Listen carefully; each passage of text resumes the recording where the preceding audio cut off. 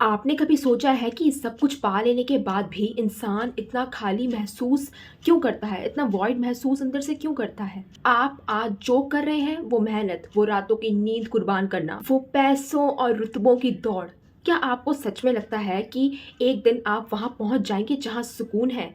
या आप फिर एक ऐसी रेस का हिस्सा हैं जिसका कोई एंड पॉइंट ही नहीं है? एक तरफ वो शख्स था जिसे पूरी दुनिया ग्रेट कहती थी, अलेक्जेंडर, सिकंदर, जिसके कदमों में उस वक्त की सदियों की दौलत और ज़मीन थी।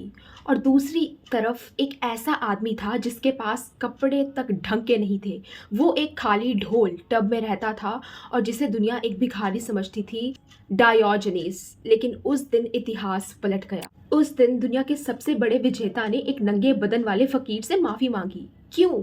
क्योंकि उस फकीर ने सिकंदर की आंखों में आंखें डालकर वो सच बोल दिया था जो आप सुनने से डरते हैं। आज हम सिर्फ एक नॉर्मल सी कहानी नहीं सुनेंगे, आज हम आपके अंदर बैठे उस सिकंदर का सामना करेंगे जो कभी थकता ही नहीं है, और डायोजनीस को ढूंढेंगे जो शायद कहीं दब सा गया है। जरा गौर से सुनिए। सिकंदर का बचपन से एक ही सपना था, वर्ल्ड डोमिनेशन। उसे सिखाया गया था कि जीतना ही सब कुछ है। एरिस्टोटल जैसे महान गुरु ने उसे पढ़ाया, लेकिन सिकंदर ने सिर्फ तलवार की भाषा सीखी।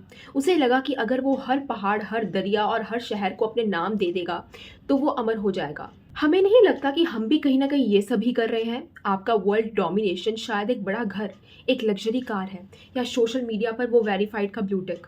आपको लगता है कि जब ये सब मिल जाएगा तब आप कुछ बनेंगे, तब आपकी वैल्यू होगी। लेकिन डायोजनीस कहते हैं आपकी वैल्यू इसमें नहीं है कि आपके पास क्या है, आपकी वैल्यू इसमें है कि आपको किस चीज़ की ज़रूरत है। एक बार की बात है, सिकंदर भारत की तरफ बढ़ रहा था। उसने सुना कि वहीं करीब ही एक अजीब इंसान रहता है जिसे लोग महान कहते हैं, लेकिन वो रहता बिल्कुल पागलों की तरह है। सिकंदर के अंदर एक क्यूरियोसिटी जागी। उसे लगा कि शायद कोई नया राज मिल जाए। जब वो वहां पहुंचा तो मंजर बड़ा अजीब था। सिकंदर अपने हजारों सैनिकों के साथ घोड़े पर सवार, सोने और लोहे से लदा हुआ। उसके पीछे सल्तनत का गर्व था। सामने सामने रेत पर नंगा लेटा हुआ एक आदमी धूप सेक रहा था। सिकंदर उसके पास गया। उसे लगा कि यह आदमी डर जाएगा, उठकर सलाम करेगा, माफी मांगेगा, लेकिन डायोजनीस ने आंखें तक नहीं खोली। सिकंदर ने अपनी भारी आवाज में कहा, मैं सिकंदर हूँ, द ग्रेट अलेक्जेंडर। मैं तुम्हारी सादगी से प्रभावित हूँ, मांगो जो मांगना है, मैं तुम्हें इस दुनिया की कोई भी चीज दे सकता हूँ। डायोजनीस ने धीरे से अपनी एक आंख खोली। उसने सिकंदर को ऊपर से नीचे तक देखा, उसके ताज को, उसकी तलवार को, उसके घमंड को, और फिर बड़ी मासूमियत से कहा, अगर आप सच में मुझे कुछ देना चाहते हैं तो जरा बाजू हट जाओ। आप सूरज की धूप रोक रहे हैं मेरी। मुझे सिर्फ धूप चाहिए और वो आपके बाप की नहीं है। इमेजिन कीजिए वो सन्नाटा, एक ऐसा इंसान जो मौत से नहीं डरता, जो बादशाहत से नहीं डरता। सिकंदर के सैनिक तलवार निकालने ही वाले थे, लेकिन सिकंदर वहीं जम गया। उसके दिमाग में एक बिजली कौंधी। सिकंदर ने डायोजनीस से पूछा, क्या आपको मुझसे डर नहीं लगता? मैं पूरी दुनिया को जीतने निकला हूँ। डायोजनीस मुस्कुराया, वो मुस्कुराहट जो सिर्फ उसके पास होती है जिसने खुद को पा लिया हो। उसने कहा, जीतने निकले हो किसके लिए, और इसके बाद क्या करोगे? सिकंदर ने कहा, इसके बाद मैं पूरे एशिया को जीतूंगा। डायोजनीस ने फिर पूछा, और उसके बाद? सिकंदर ने कहा, उसके बाद मैं पूरे विश्व पर राज करूंगा। डायोजनीस, ठीक है, मान लिया विश्व पर राज करोगे, उसके बाद क्या? अलेक्जेंडर थोड़े से हिचकिचाया और बोला, उसके बाद उसके बाद मैं आराम करूंगा, मैं सुकून से जीऊंगा क्योंकि मैंने सब कुछ पा लिया है। डायोजनीस जोर से हंसने लगे, इतना तेज कि जंगल गूंज उठा। उसने कहा, सिकंदर मेरे भाई, तुम इतने पागल क्यों हो? जो आराम तुम पूरी दुनिया को कत्ल करने के बाद करना चाहते हो वो मैं अभी कर रहा हूँ। मुझे किसी को मारने की जरूरत भी नहीं पड़ी। तुम खुद के सुकून को पाने के लिए पूरी दुनिया की शांति को भंग कर रहे हो। तुम महान नहीं हो, तुम सिर्फ एक भटके हुए गुलाम हो। ये बात सुनकर सिकंदर की रूह कांप गई। उसने महसूस किया कि उसके पास सब कुछ होकर भी वो स्टिल एक भिखारी है, क्योंकि हमेशा वो कुछ और की मांग कर रहा है। और डायोजनीस के पास कुछ ना होकर भी वो बादशाह है, क्योंकि उसे कुछ नहीं चाहिए।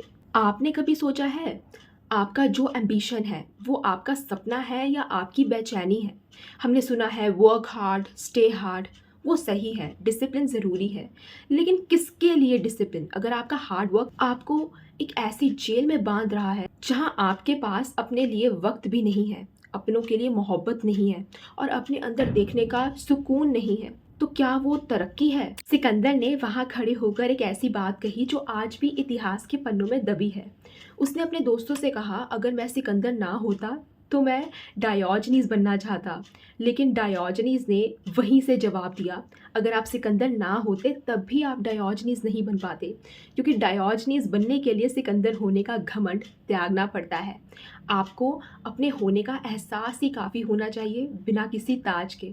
सिकंदर ने उस दिन माफ़ी मांगी। उसने माफ़ी मांगी उसके धूप रोकने के लिए, उसके सुकून में खलल डालने के लिए, और शायद उसने खुद से भी माफ़ी मांगी कि वो इतना वक्त एक ऐसी चीज़ के पीछे भागता रहा जो उसकी कभी थी ही नहीं। आपको पता है, हम सब एक डिजिटल सिकंदर बन गए हैं। हमें हर दिन कुछ कॉन्कर करना है, हमें लोगों की नज़रों में बड़ा बनना है। पर क्या आपने कभी उस इंसान से बात की है जो आईने में दिखता है? डायोजनीज की लाइफ हमें एक बहुत बड़ा लेसन देती है, ऑथेंटिसिटी। वो एक कुत्ते की तरह जीता था, इसलिए उन्हें साइनिक कहा गया। वो कहते थे, कुत्ते महान होते हैं, कुत्ते उन्हें काटते हैं जो बुरे हैं, और उनके साथ रहते हैं जो उन्हें प्यार करते हैं। वो दिखावा नहीं करते। हम कितना दिखावा करते हैं। आपकी एनर्जी, आपका चार्म, आपका इंटरेक्शन तब तक फेक है जब तक वो दूसरों की वैलिडेशन पर टिका है। रियल पावर तब आती है जब आपको किसी की हाँ या ना से फ़र्क पड़ना बंद हो जाए, जब आप अपने आप में पूरे हो जाए। लोग पूछते हैं, पैसा ज़रूरी नहीं है क्या? बिल्कुल है। पैसा साधन है, साध्य नहीं। Money is a tool, not the goal. Sikandar के पास पैसा था, पर वो उसका गुलाम था। डायोजनीज के पास कुछ नहीं था, पर वो हर एक चीज़ का मालिक था, क्योंकि उसे किसी चीज़ का डर नहीं था। जब सिकंदर भारत से वापस लौट रहा था तब वो बीमार पड़ गया था, उसकी मौत करीब थी। तब उसे डायोजनीज की बातें याद आई। उसने कहा था, तुम खाली हाथ आए थे, खाली हाथ जाओगे। सिकंदर ने मरने से पहले अपनी आखिरी ख्वाहिश बताई। उन्होंने कहा था, जब मेरी मैयत फनरल निकाली जाए तो मेरे दोनों हाथ मेरी कॉफिन से बाहर निकाल देना। दुनिया को दिखने दो कि जिसने पूरी ज़मीन जीत ली, आज मौत के वक्त उसके हाथ भी खाली हैं। आप लोग जो आज इतनी चिंता कर रहे हो, करियर की, ब्रेकअप की, लोगों की तानों की, ज़रा सोचिए, क्या ये सब 50 साल बाद मायने रखेगा? क्या आपका घमंड आपको मौत से बचा पाएगा? नहीं। तो फिर जीना कैसे है? जीना ऐसे है जैसे आप एक वॉरियर हैं।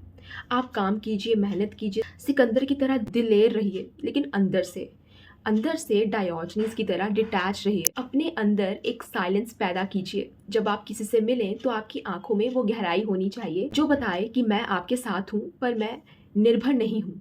Polite but untouchable. आपको किसी का सूरज बनने की जरूरत नहीं है, पर किसी की धूप मत रोकिए। इस वीडियो के खत्म होने के बाद थोड़ी देर के लिए अपने फ़ोन को साइड में रखिए, कहीं अकेले बैठिए और खुद से पूछिए, मैं किसके पीछे भाग रही हूँ? और अगर मुझे वो मिल गया तो मेरे अंदर का जो शोर है, क्या वो शांत हो जाएगा? अगर जवाब नहीं है तो थोड़ा रुकिए, सांस लीजिए। दुनिया को जीतने से पहले पहले खुद को जीतना सीखिए। जो खुद को जीत लेता है उसे फिर दुनिया जीतने की जरूरत ही नहीं रहती।